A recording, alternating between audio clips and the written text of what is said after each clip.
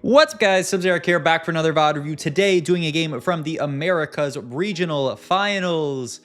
This tournament is actually still ongoing as I'm recording this video, but I wanted to do a VOD review of one of the top 8 players in the tournament. This is a pretty interesting format where, your scores stay after the 2 days, and then after the first 2 games, on the second day, which is today, they immediately cut the top 8 players, take them out, and say you guys are already making it to day 2, or to weekend 2, which means that 1, all these people are guaranteed to be playing in the TFT Pro Circuit next set, and 2, that these players don't have anything to play for at this point, so you take them out of the pool, they just get to relax for the rest of the day, and then all these players in the middle have to play, which is a really smart format. And so we have a great top 8 here, a lot of NA players, and shout out to Fan the Cheat Sheet, who ended up doing really well. We are going to VOD review one of these players who, overall solid performance, not right at the top there, but we're going to VOD review Marcel P, who I feel like his approach to this patch and his approach to this tournament was really interesting. And if you look at his scores, just very solid above average scores, a lot of top 2s, top 3s, top 4s. His bot 4s, really mitigated. No 8ths in any of his games, but no first in any of games either. Just very consistent, good performance. And the other crazy thing about his tournament run is I looked across his entire day 1. He played 1 game of Reroll across that entire day, and then he played 2 more games the next day. I didn't get the chance to check those, but very little Reroll played on the patch that you would say is the Reroll patch. Very little Mighty Mech. I think he played 1 Mighty Mech game, and so the question is, okay, if he didn't play Reroll and he didn't play much Mighty Mech, then what else did he play? And we will see in this game here. But I think this is one of the games where I think he took a very interesting line that very few people would be open to going for, and I love this kind of stuff because I think this patch is in many people's minds solved. This is exactly how you have to play. You have to play these reroll lines. You have to do this kind of stuff. And Marcel kind of said, no, I'm going to play my own game. I'm going to play what I know is strong, which is not necessarily what you would normally think. So we have here almost a Crystal Gamut opener. Need the Violet here to get there. We also, I would be interested in a Janna reroll from this spot. Janna plus Koboko pair here. I would like to hold the Gangplank just because, Mech opener is so good. He also pairs up nicely with this, you get dualisted for this guy. So I'd probably sell this Shen here and buy GP. He ups actually, yeah, he's not even, wow. He doesn't even care that much about potential Janna reroll. He ups to buy these 2 and doesn't even care about the GP. Interesting. All right. First augment here. Probably not going to be gold spoils. Component buffet, really good for some kind of reroll line. And 1, 2, 3, just a solid econ augment. Once again, I would be looking at potential Janna reroll component buffet, but clearly he's not looking at that as a potential line here. There's a couple of people, someone called Crew in chat. By the way, my head's covering chat, so sorry about that. We're doing a quick scout of the lobby. Looks like he is just looking, he was looking at component buffet, and then was looking more at table scraps. Wow, the table scraps take from Marcel P here. So if you guys haven't taken this this augment that much, it's basically the next 2 carousels you get the unit and its item. One of the units that is not taken. So this the unit that is not taken. This usually ends up, I would say, with you getting kind of like a defensive component. Tends to be, not that you're getting like a sword last pick on carousel or something like that. Usually end up getting like a cloak or a chain or something like that. And so, that's what we'll get here. The upside is it's delayed +2 components, which is pretty nice for a silver, and it's got a unit attached to it. So it is one of those setups, one of those augments that it's slightly delayed in power, but not too once you get the power, you're getting an insane amount, essentially. Interesting from Marcel, by the way, he did, once again, my head's covering it, he did call Xayah in chat. So he is calling Xayah reroll with the idea of rerolling Xayah and playing for Xayah. I guess maybe there's a world where there's a Zion carousel that we get off of this table scraps, but probably not. I doubt it. So really just lost string at this point. We do have good Xayah items. We have, obviously, half of a Kraken here. We have a belt, which can be a solid Bastion tank item. HP scales really well with Bastions. So, a good line here, and a decent loss streak into Xayah. I will say though, you know, obviously we did a Xayah reroll game yesterday. This is not, spoiler alert, not going to be a Xayah reroll game. But interesting to see that's where Marcel is at, you know, calling Xayah in chat. What's funny is, you know, you can call a comp in chat. You don't necessarily have to play it. You don't, just because you call Xayah doesn't mean you are 100% forced to be playing around Xayah. I think, you know, some people are hesitant to call comps in chat, and I mean, you probably shouldn't be.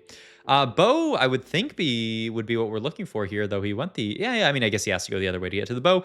We do pick that up there, so that's our Kraken here. We're also super, super open in this spot. We literally took Xayah and all of our other better units out so that we can try to guarantee a lose streak. And we played, this is a very weak board that we played last round. Hit the Shen too, which is really nice. Yeah, our board is all of a sudden insanely strong here. And he's going to make the Kraken and power up here, and just going to take, ooh, on the edge. A little scary, but as a backliner, you should be fine. And it is a lot of extra damage. So yeah, I mean, I think on the edge makes sense. We're also getting that shield off of the Rel here, which is nice to, once again, like kind of make sure that Xayah is not going to like randomly get sniped by anything.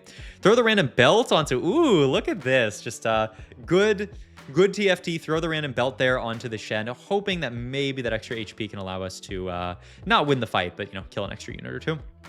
And we are, once again, 4 loss here, so we got to be careful. We'd really like to lose this fight. And you can kind of see we're holding on these extra, like, kind of garbage units so that we can make this swap in at the last second. Try to play weakest sport here, get 0 traits in, play some bad stuff. The Kennen is going to walk up there and ooh, we're not going to accidentally, I mean, it's really close here. I think we did accidentally win this fight because we placed the Kennen. Oh my god, it's so close. Oh, I think we're fine. Oh my god. Actually, I think both players messed up their int. Wow, that's crazy. So Vakio ended up winning this fight. What was Vakio's board that ended up beating us? Did they have a trait in? Yeah, they had Juggernauts in. Bro, what are these guys doing? What are we doing here? I mean, Marcel messed up by, he should have had his Syndra here. He had his Kennen here, and the Kennen is not, it's, you know, he's not going to block in this Xin Zhao, so our board allows to walk up. And then Vakio here ends up playing the Aatrox here and has Juggernaut in. So actually both players make kind of a huge blunder here. If either one had not done this, if Vakio had just played, say, like Lucian here, any traitless unit, he would have lost this fight. And if Marcel had just, you know, once again, just swapped these 2 units, make sure that he loses this fight, I mean, that is really scary, but really happy for Marcel that he ends up actually, I mean, it's best case scenario. We actually do get a 1 unit loss here, which is huge. And you can see Marcel kind of sweating a little bit here, but ends up taking the loss there, which is fantastic. 5 loss. That person was also Crystal Gambit, though they had just got it in. It's not like they're double down yet. So not the end of the world for Vakio, but I mean, they certainly wanted to play for the loss there. They took the, it is the Tiniest Titan, or Titanic Titan, where they get the extra HP. That's why they're 105 HP here, while still probably being 4 loss, 25. Yeah, probably 4 loss. Must be. All right, we get some gold here, kind of sell off the rest of the riffraff here. What is the up? Yeah, I mean, we don't need either of these units here, so make 50 gold here. Get a couple of rods, which is a bit awkward here. Probably going to reforge one of those. Yep. And then it does end up becoming Guinsu's here. So I think you can certainly make Guinsu's Rage Blade. You can make a Sunfire here and leave the other belt, or the other the cloak open for either Even Shroud or double Kraken. I like this a lot here. Kraken, a very, very good item on the Xayah, especially with the attack speed from the Guinsu. So yeah, I think you can be very happy about the spot here for Bastion on the edge. Xayah doing work here. We already have the Shen upgraded, so it's kind of interesting. You know, we'll see at what point Marcel decides that this is not a like a Xayah game, because, like, you know, normally you could be looking at this as a 3-2 roll it here. I mean, rolling for days, speaking of which, a very solid augment to allow you to like roll it here. Hit the Xin Zhao to, and we're going to continue to roll here. Actually, roll pretty deep here. There's another Xayah. He's really looking for that Xayah too. 6 Xin Zhaos here. Wow. I mean, the more I watch this game, I'm kind of losing my mind that this game wasn't actually a Xayah reroll game. I don't know how we... This is a wild ride. I mean, but you can also kind of see why. I mean, we are 6 Xin Zhaos, but we are 2 Xayahs at this point. We still don't have Xayah 2. We're on a 1 streak here. We'd really like to win these fights and save our streak. In this spot, we'd really like to have Xayah 2, and that's why we rolled so deep there. I mean, you still get to make 30 gold, but hitting a Xayah 2 here is going to spike our board immensely. And the other really nice thing is, ooh, and there it is. There's the Xayah 2. This is huge for us. The other thing is that you don't get penalized that much for rolling, because we're still thinking of this as a Xayah reroll game. We're thinking of this as We're going to roll deep here. We're going to stabilize the board a bit. I mean, we made 30 last round. We're going to make 40 this round, very likely. It's not too bad from an econ perspective. And the rolls are pretty, valuable when used on 6 when you're playing a 2-cost reroll comp. We're just going to play out, this comp on level 6 for the most part. Interesting. I mean, we think about slamming Cloak here. We don't need to. I mean, Kale is Kale. She's fine, but Fan the Chi-Chi just does not have enough items to make this a good setup here. All right, so if you want to finish the double Kraken, there is another bow there on Carousel. There's also a Volley Bear if you want it, but we're just going to take, we're going to take the 4-cost bow here and probably make Kraken Guinzo here. I mean, it's very, very good itemization onto the Zaya here. Just, I mean, everything that she could ever really want here. See a random Yarvin here. And we end up getting another Cloak off Carousel off of our table scraps here. So not too bad, honestly, because now the Cloak can end up being, I mean, that's a pretty good pickup for us. It can end up being Even Shroud. I will say, I was kind of surprised by his priority on table scraps, but it's looking pretty good. I mean, we've gotten 2 free components and units off of it. I mean, I guess it's not free. We had to pay for it with an augment. But compare it to a lot of other silvers, I think it's pretty decent value. It's just a little delayed. I don't know. I'm still not 100% convinced, but all right. Going to probably just power up the Shen here and chill a little bit. Yep, Shen gets powered up here. Just gonna take Atomic. I mean, it's funny. You really just don't on a 4 Bastion setup want these ones. Yeah, he's actually gonna burn the second power remover here. Take Resistant, I would think. Yeah. He's actually going to burn a whole power-up remover here just to get a better power-up than Shen, because we're on a 4 streak, man. Atomic's not that good, and RNMR power-ups are very, very bad onto Bastions. You're getting all this extra RNMR. Something like Resistant is great. That's going to scale. It's going to multiply with the resist that we have. HP is obviously like another really good stat, but something like, Spiky Shell, the 40 armor is really not that good. All right. Rel's going to come out of the planner, and I wonder, he's going to throw Samir into the planner. So I think Marcel is realizing at this point, we're so far away from Zaya, I don't know that it's coming this game. And so we might just have to opt to start pushing levels and playing this more tempo-wise. I mean, that is another Zaya, so this can give us some more insight into, playing this line. We're going to continue to roll here. Man, I did not know this is how this game went, but we're going to continue to roll deep here, pick up the Volley Bear, continuing to scout and just being like, where are my Zayas? And he's going to make, Adaptive Helm, sure, and then hold the Cloak there for potential Even Shroud down the line. I mean, compare ourselves to Ladder Slayer here, who already has the Katarina 3, and we're only 4 Zayas. At least we have the 7 Xinjiaos, but is that really going to save us? I don't think so, and we're just playing 5 Bastion for now. All right. Last augment here, I don't really like. I mean, he likes Blood Rage a lot compared to. Well, actually, I guess you could theoretically see Blood Rage with on the edge. Blood Rage is kind of funny because you would get more damage amp. But yeah, I mean, I don't think any of these options really look that great to me. Tesla Coil is like kind of whatever. We find Duo Q, which seems like a pretty good option. Can hit a Braum, can hit a Yone, like both pretty solid units in this setup, and the items aren't even bad. And yeah, we do end up picking this up here, though we're gonna have to sell something here. So we're gonna level here. We find a Zyra. The Zyra is gonna fit into the board actually. Gonna sell a Shen, and sadly we end up just hitting this. And we are gonna play this version of the board. The Zyra is not gonna come in. Component-wise, we end up getting a sword and a chain, so we can just make Edge of Night here for the bear. And so now we are level 7 for Bastion, for Edgelord. Kind of tempo Edgelord setup. What's very awkward about this spot is it's 4-2, and we're pretty broke from the perspective of like what a normal game would look like, if you were playing some kind of reroll line. And yeah, wow, wait, he's actually gonna kind of hedge his bet here and roll a bit on 7. He does find a Leona here. This does allow you to play 6 Bastion. The only downside is now this Edge of Night is stuck stranded here on the Volley Bear, so he's going to leave it on bench for now. Blech, I hate it, but I mean, who is going to hold Edge of Night for now? I don't think there's anybody. The upside is our board is decently strong, especially against somebody like this guy who's playing 5 mech. We can kind of, it's a close fight actually, but yeah, we do end up beating the 5 mech board. Those are the best boards to fight stage 4 when they still have not hit the 7 mech yet, so you can hopefully pick up some free wins there.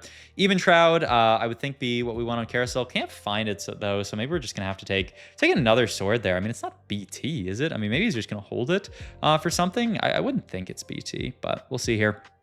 We are wealthy enough that we can level now, get the bear back in. So we're just playing the 6 Bastion, 3 Edgelord, going to power remover here, remove our items as well, and just move things over to Swain here. We do it corrosive, actually. Yeah, this is great to give us the armor shred that we were lacking here. And, you know, now that we've moved the items, we can make a BT if we want. So this is full-on tempo gameplay from Marcel P. I just, like, who would do this, man? He thought it was going to be a Xayah reroll game, then didn't see enough Xayahs. And so now we're just tempoing 6 Bastion, 3 Edgelord, and look at this. We win another fight with this board. We sell off some other stuff on our bench. We're up to 40 gold here. And here is the other crazy point is we are not rolling any deeper here. We are Leona 1, we are Volibear 1, we at least have the Swain 2, but we are not rolling any deeper on this board, which seems, I mean, just completely nuts to me, honestly. I would be so afraid that my board's just gonna be too weak here and be rolling really deep, digging for like Voli 2, and you know, like Samira 2 and stuff like that, but we're gonna continue to sit on this board for now. The Swain, very, very tanky. The Xayah doing a lot of work, honestly, and this is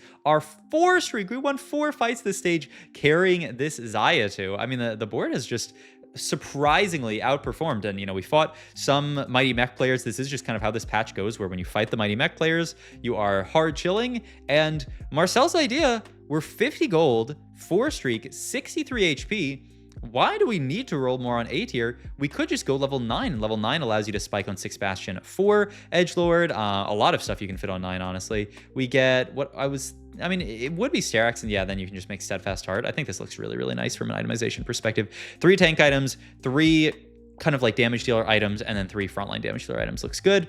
He's considering, you know, this pivot into 6 Bastion, you know, Braum TF, which is a very, very common, you know, high cap, fast 9 style comp. Marcel played it he definitely played it another game on this tournament, but we're a little poor. I mean, best case scenario, you sack 2 here, but the problem is you're gonna be so low if you sack 2 here. So he opts to actually level up here and is just rolling to 0 here. Has, remember, 1 off the Xinjiao, has the Jinx here, but knows that because we're double carrying these Edgelords, we kind of have to sit on the 4 Edgelord. We can't actually play the Jinx here, even though that's normally what you would play on this line. And so we're going to continue 5-2. We are on a Xayah here. We fight a Prodigy +1 Yuumi board, which looks pretty scary, honestly. And so we're going to get Giga cleared here, drop down to 31 HP. The game is looking quite scary, but we do hit the Xinjiao 3, which is a nice, almost, I would say, bailout. We do hit the Braum, which is another big in. So Braum's going to come in here. Now we can move items over to the Xinjiao. Here's another really cool thing from Marcel.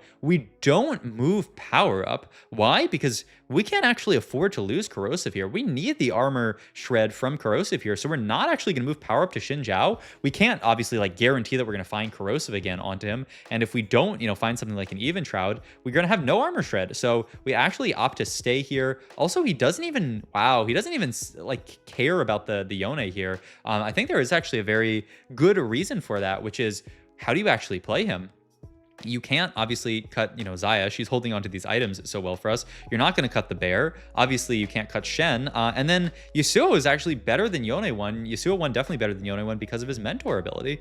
We are going to move power up at this point, actually, and just grab double strike. The idea being Volibear 2 is enough damage. Like, getting that power up onto Volibear is more important, actually, than the armor shred here. I can certainly see that. It's crazy the way we've played around the power-ups this game. And once again, we are still primary carrying this Xayah. I guess you could call her secondary carry now that we're playing around the bear. But this Xayah is still on our board, you know, trying to farm people. 17 HP here, a little bit low for Marcel here. The Ladder Slayer, ooh, this is actually kind of a crazy fight here. Ends up killing off Vakio here, which locks us into a top 5 here. Gonna roll down here, pick up the Yasuo. Just tempo play at its finest. I mean, kind of, I would think, really, I would think we would be hoping for a Samira, but the problem is I don't think we can actually move these items off of Xayah. Also, some fancy footwork from Marcel here. Quick swaps. We do rotate into the mech here. The mech does go CC immune here, but oh my god, the Volibear is a genius on the left side and ends up assassinating the Karma. Is it still a losable fight? It's so close. Oh my god, we just beat 7 mech level 9 with Xayah carry. Man, wait, I'm gonna look at that damage chart here because obviously Volibear did a ton of work there. But Xayah 13k. I mean, is this unit just broken? I would make Xayah the thumbnail for this video, but obviously my last thumbnail was Xayah, so people are gonna, you know, think that they already saw this video. So I'm probably gonna have to make Volibear the thumbnail. But Xayah is the thumbnail in in honor. That's what people say. All right.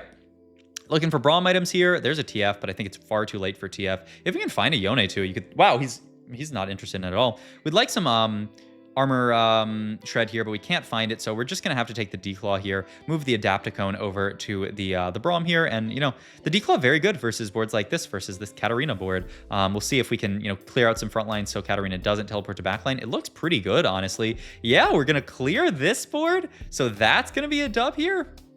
Dank Memes did take a win as well, but Malala drops down to 6 HP here.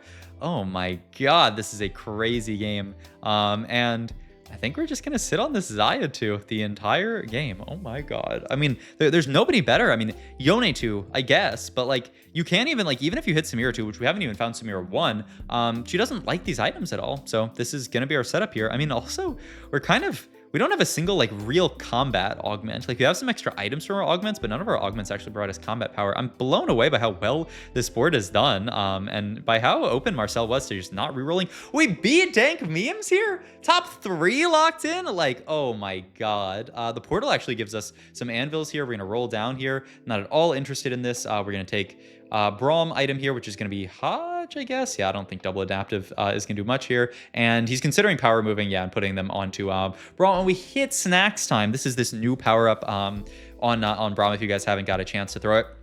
His cast also throw 5 pores at random enemies, each deal 200% of Braum's base AD as physical damage. So it's just a damage power up for Braum, which is really, really nice in spots like these where he is actually a primary carry here. Also the Braum itemization, if you guys haven't played around Braum, he's kind of almost similar to like Jarvan, loves Protector's Vow, but he can also take something like Blue Buff because he is a damage dealer. So you just want this guy casting as frequently as possible because his cast is insane. And we're gonna just barely lose to Ladder Slayer. Actually, that was such a close fight. I thought we had that. There is an LW on Carousel. We are first pick, so I imagine that will finally, at 6-5, be our armor shred. Now, who gets it? Yasuo and move him up to frontline? We're just gonna do this. Where is our items gonna go? It's gonna go on Xayah, and then Kraken up here, and then like this, and then just Sterax the Leona here. Okay, that's actually, yeah, that's really, really smart. Xayah's gonna do a very good job of spreading the LW. I like this a lot. Okay, rotate into mech again. The mech is CC immune during most of its casts, so you need to have Braum just cast on the mech while it's just auto attacking. We don't get it in any of these Braum casts, which sucks here, and our backline gets blown up. So it is a third from Marcel, but I just think a beautifully played third, a line that so few people would have taken. This game was crazy. So hope you guys enjoyed this video. If you did, please like, comment, and subscribe. Check out my Twitch and Metafy. All my links down below, and I will see you guys in the next video. Also, congrats to Marcel for making it to tier 1 again this set. I mean, this guy's just an absolute beast, and he's guaranteed at Worlds because he won the 2nd cup, right? So we'll see him at Worlds as well. I mean, yeah. All right. Thank you guys for watching. Bye-bye.